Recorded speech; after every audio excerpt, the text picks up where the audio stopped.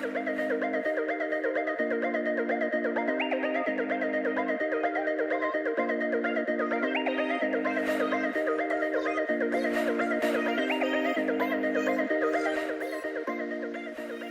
morning all, it's dim sum time, and today what I have for you are these vegan fried pork dumplings in a sweet glutinous rice wrapper. And the really cool and unique thing about these dumplings is that the outside wrapper is actually slightly sweet. Obviously it's fried, so you're gonna get something crispy, you're gonna get something chewy, and then you're gonna get this really nice savory inside made with vegan pork and shiitake mushrooms and water chestnuts. So it's all just super amazing. So I can't wait to show you guys how.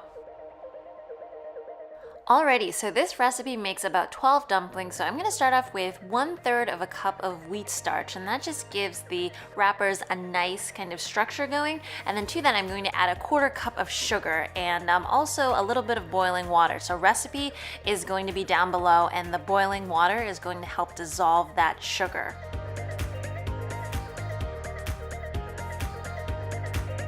So now we're going to add 1 1/3 of a cup of glutinous rice flour to the semi-cooked wheat starch, and then this is going to really help kind of develop a nice chewy texture to the dough.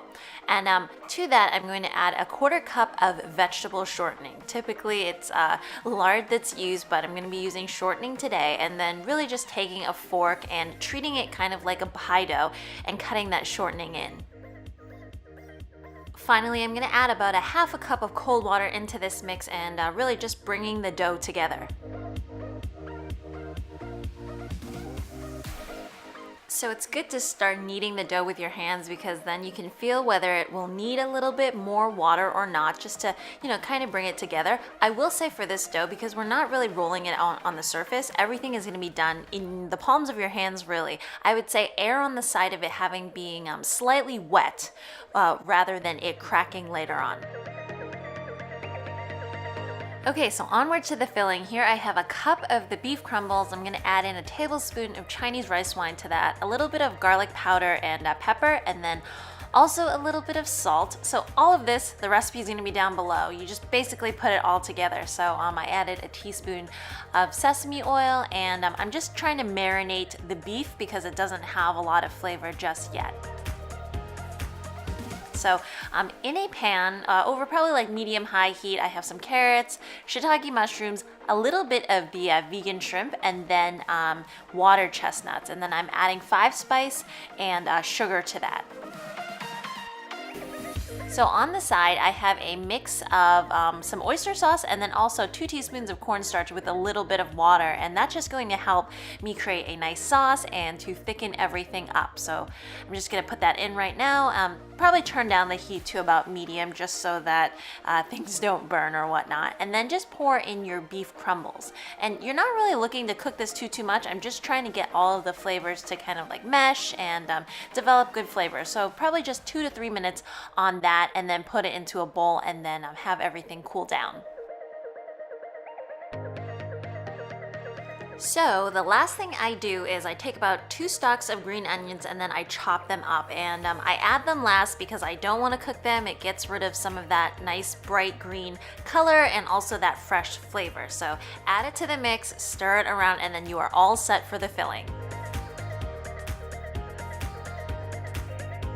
So now back to the dumpling wrapper. I've sprinkled the board with just a little bit of cornstarch, and you're going to divide this up into about 12 evenly sized balls. And it may look like a lot of dough, but actually for this dim sum in particular, you do want a thick wrapper around the filling.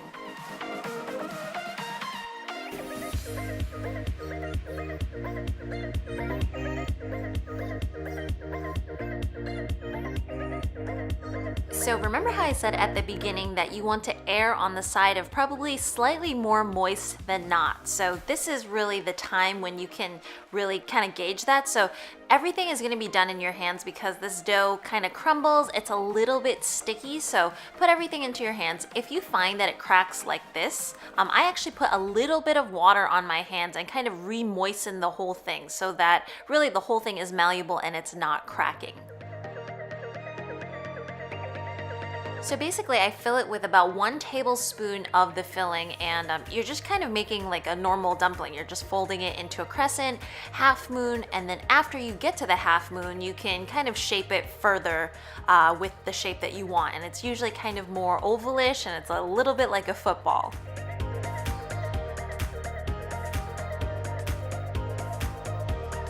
So you can see with this one, I actually played around with it a little bit more. I added some more water to it and kneaded it out, and you can see that it doesn't crack at all, and this is really the stage that you want to get your dough to.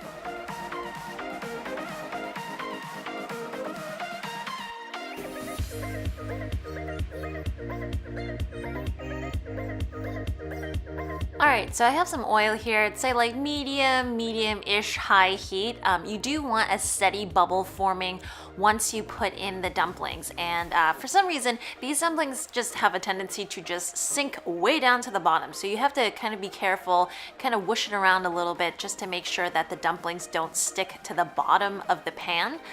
If they happen to, they actually generally release once they get to like a nice kind of golden brown color, but just at the beginning, just poke around at it a little bit. It can stick to your chopstick or whatever you're using, but just kind of nice little quick easy movements.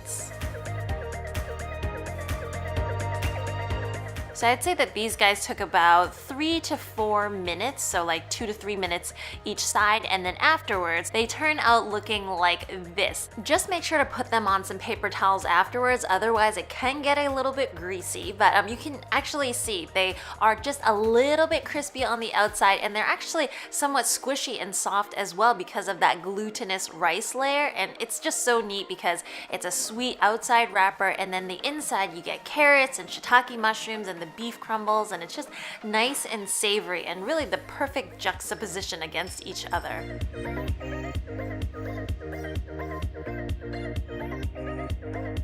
Anyways guys, I hope you enjoyed this recipe, and as usual, if you want to see more recipes like this, remember to hit that like and subscribe button, and I will see you guys again next time. Bye!